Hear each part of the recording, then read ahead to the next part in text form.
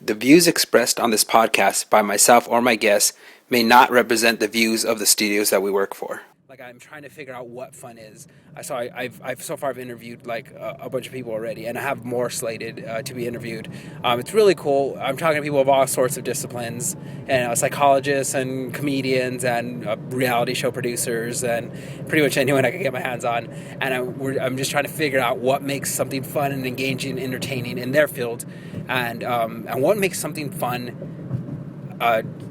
At all, what is the answer? What exactly is fun? And I think finding threads from all these disciplines, I will find the answer to what fun is.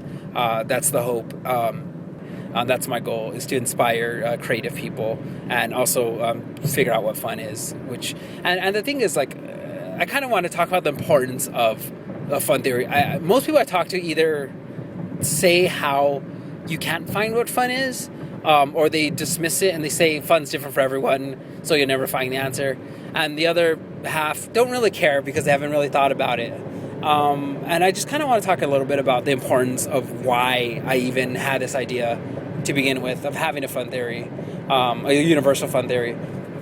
I think it's important. Like, if you copied the code for a Contra or something, and you pasted it into your game and it worked, then cool. You have a working Contra game for you. You just have to swap out the art and call it something else. But if there's a bug, if something broke, you wouldn't know how to fix it because you didn't write that code from the beginning. You don't understand how it works. You didn't create it. You don't understand from a base level why you can jump this high, or where the extra lives code is, or anything like that. Any of the working parts. And I think it's the same way with trying to make something fun. I feel like everyone kind of gets to fun by accident, or they hope something's fun, and they don't know for sure. And that's kind of like copy-pasting stuff. We're like, well, we know basketball's fun. Let's go play basketball, or let's do this. Let's do stuff that's already fun. But if you're making something completely new and original that has nothing to do with mechanics that exist already, which is where a lot of the coolest products are, is they don't exist yet. It's hard to create something fun if you're not copying anything. And I think if you understand what makes something engaging and in a word, fun, from the beginning, from the very core, from something that could run across all types of disciplines and mediums, I think that you can create all kinds of really cool stuff. Because I think the reason why a lot of people are afraid to experiment and afraid to make new like IP and new games and new movies and things like that is because they don't know if it's going to be fun or not. They don't know if it's going to be entertaining or not. So it's safer to make a sequel because it worked before.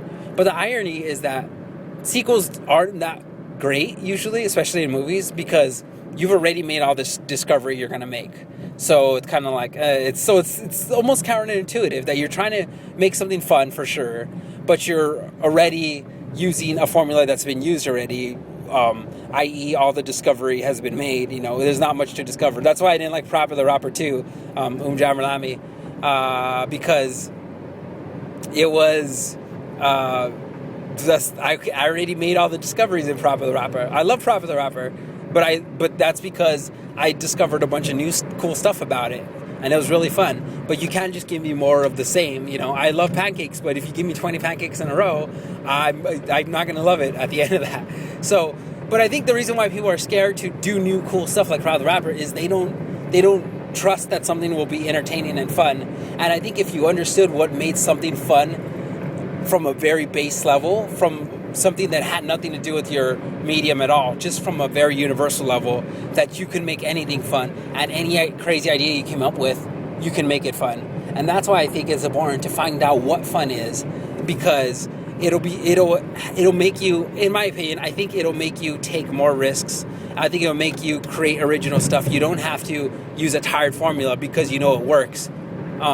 You don't have to have that fear that, well, this is ball and jacks is already fun. Let's make a different ball and jacks. Make the ball a different color. Because you have the same tired hackney game. And if you knew what fun was from a base level, you wouldn't have to rely on old mechanics, and you would take more risks. And that's my theory anyway. But I think that's why it's important to understand what fun is from a base level. So there could be more cooler products. You could push the limit more and not worry about being an engaging and, most importantly, a fun product. So that's kind of the reason for my journey.